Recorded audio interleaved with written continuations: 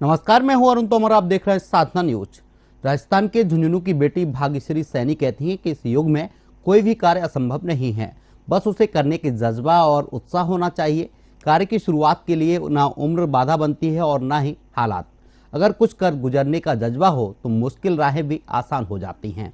ऐसे एक जज्बे को लेकर 2020 से बेटियों को भाग्य को संवारने में लगी हुई समाज सेविका, women and child rights activist Bhagyashree Saini. आपको बता दें कि भाग्यश्री सैनी अभी तक हजारों ड्रॉप आउट बेटियों का भाग्य बदल चुकी हैं। समाज में बहुत सी बेटियां अपने जीवन की विपरीत परिस्थितियों में स्कूल छोड़ देती हैं, परंतु अब ऐसी बेटियों को सुरक्षित करने में भाग्यश्री सैनी एक उम्मीद की किरण बनकर उभर रही हैं। भाग्यश्री सैनी राजस्थान अनसंग स्टार्स अभियान चला रही हैं, जिसके अंतर्गत वे राजस्थान प्रदेश की ड्रॉप आउट बेटियों के सर्वांगीण विकास के लिए कार्य कर रही हैं। वो अभी तक करीब 2200 आदिवासी, मुस्लिम और अन्य बेटियों को इस अभियान से लाभान्वित कर चुकी हैं। बेटी को मत समझो भार, जीवन का है ये आधार। नमस्कार, मैं हूं आपके साथ पूजा जोशी और आप देख रहे हैं साधना न्यूज। आज हमारे खास कार्यक्रम घर की लक्ष्मी बेटी में ऐसी महिला जुड़ी है जिन्होंने कई बेटियों का भाग्य संवारा है। जी हाँ, हम बात कर रहे हैं भाग्यश्री सैनी, जो कि एक समाज सेविका है।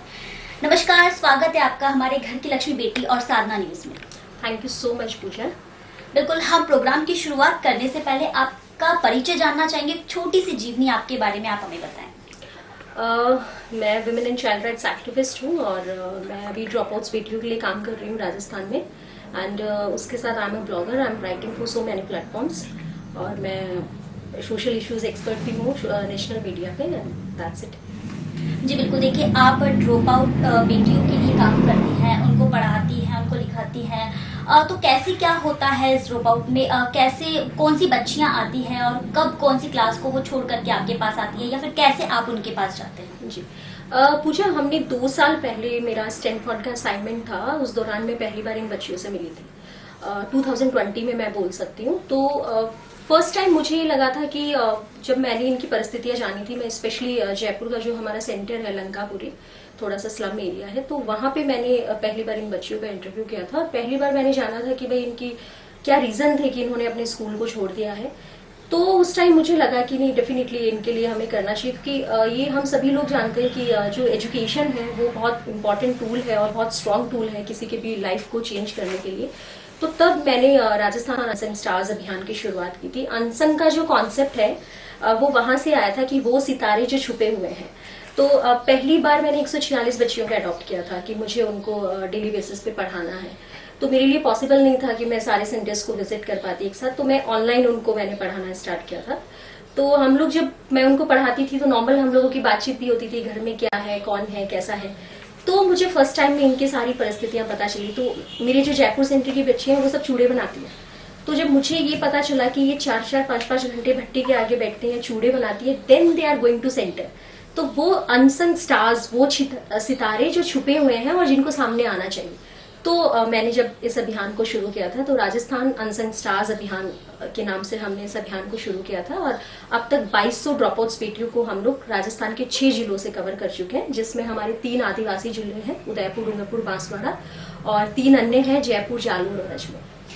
बिल्कुल भाग्यश्री जी, जैसा कि आपने बताया कि आप 2200 बेटियों को पढ़ा चुकी हैं और वो आगे भी बढ़ चुकी हैं। बिल्कुल, देखिए, लेकिन भाग्यश्री जी, मैं आपसे जानना चाहूंगी कि ये सुझाव आपको कैसे आया? क्योंकि देखिए, मोस्टली हम देखते हैं कि अपनी लड़कियां फील्ड में, मतलब कि हर तरह से आगे बढ़ने की सोचती है, कोई अपना कहाँ करियर चूज करती है, लेकिन आपने उन बेटियों के बारे में कैसे सोचा? कहाँ से ये सुझाव आया और इतना अच्छा सराहनीय काम आपने कैसे सोचा?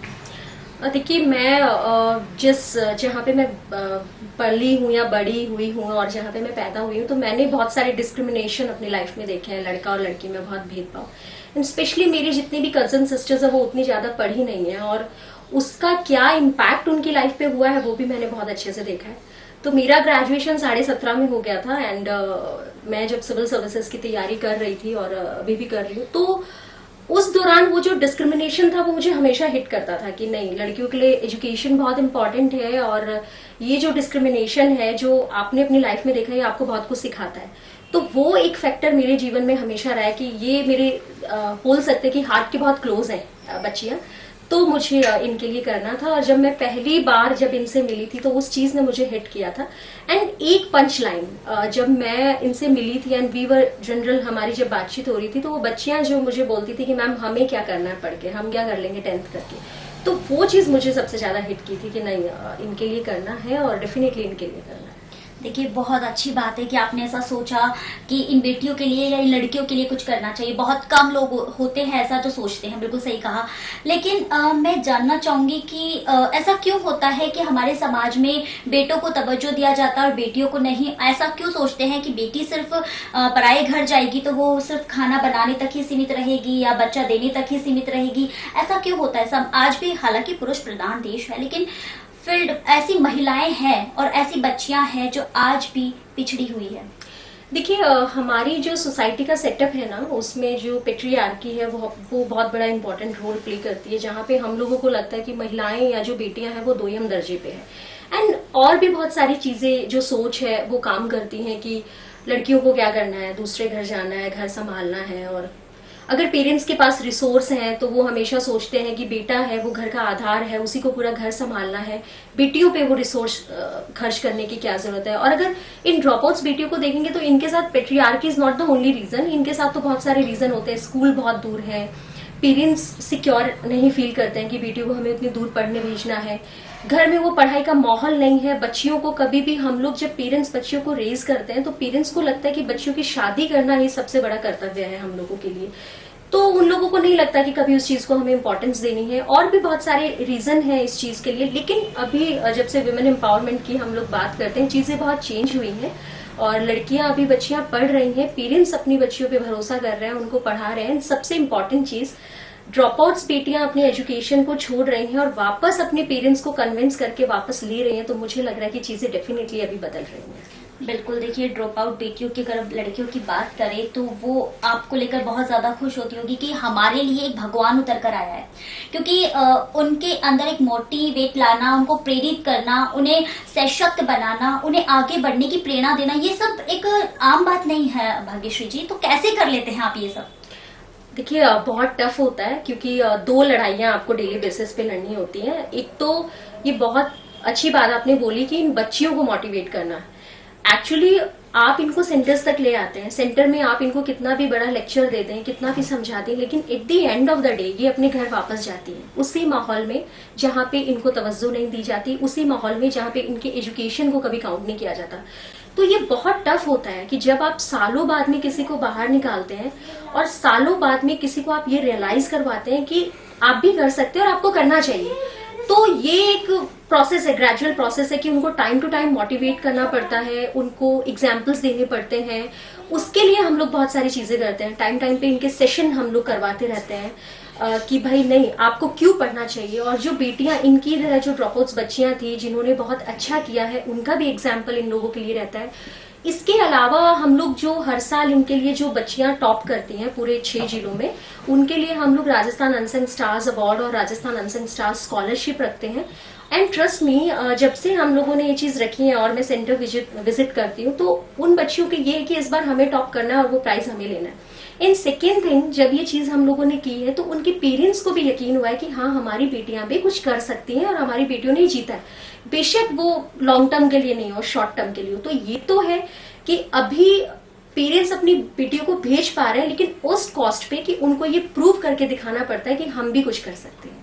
बिल्कुल। देखिए ये बहुत अच्छी बात है कि बच्चियों को तो हालांकि हम मोटिवेट कर सकते हैं, क्योंकि आप भी एक महिला है तो आराम से दूसरी बच्ची को मोटिवेट कर सकते हैं, लेकिन चुनौती वाली बात तो उनके पेरेंट्स को मोटिवेट करना होता है कि उनकी बेटी या उनके बच्चे, उनकी जो लड़कियां हैं वो कैसे आगे आ सकती है, उनमें जो हुनर है वो कैसे अपना दर्शा सकती है। बिल्कुल सही कहा। लेकिन इसके साथ साथ मैं ये भी जानना चाहूंगी कि आगे आपने क्या सोचा है, आगे का क्या फ्यूचर है उन बच्चियों के लिए, ड्रॉप आउट बेटियों के लिए? आप सरकार से क्या मांग करना चाहते हैं, क्या है आपके मन में आगे? देखिए मैंने कभी भी ये नहीं सोचा कि मेरी सारी बेटियां कोई डॉक्टर या आईएएस बने, वो उनका अपना ड्रीम है, वो खुद ही बोलती हैं कि हमें ये बनना है। आई फील कि एक महिला एम्पावर्ड तब होती है जब वो इकोनॉमिकली एम्पावर्ड होती है, और जब वो इकोनॉमिकली एम्पावर्ड होती है तो वो अपनी फैमिली के लिए, खुद के लिए डिसीजंस ले पाती है। तो मेरा हमेशा ये फोकस रहता है कि मेरी बेटियां सबसे पहले इकोनॉमिकली एम्पावर्ड हो, उसके लिए बहुत सारी जो मेरी बेटियां हैं उन्होंने अपने दम पे ब्यूटी पार्लर खोल रखा है, किसी ने ब्यूटिशियन का खोल रखा है, कुछ जो हमारे क्राफ्ट होते हैं वो बनाती हैं, कुछ चूड़े बनाती है, तो वो अपने एजुकेशन का भार अपने दम पे लेती हैं। तो ये सबसे खूबसूरत चीज मैंने देखी है। एंड मेरा अंतिम जो लक्ष्य है वो यही है कि ये अपनी एजुकेशन को लेती रहें, लेकिन साथ में ये अपने पैरों पे खड़े हों, अपना जो दायित्व है या अपनी जो रिस्पॉन्सिबिलिटी है ये खुद ले पाए।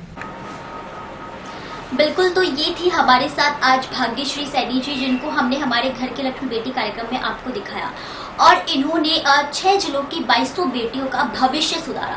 जो बेटियां किसी कारणवश अपनी पढ़ाई छोड़ चुकी थी, उनको अपना भविष्य दिखाया और आगे बढ़ाया। इसी तरह आगे भी हम हर शख्सियत से आपको मिलवाते रहेंगे। तब तक के लिए मुझे दीजिए इजाजत।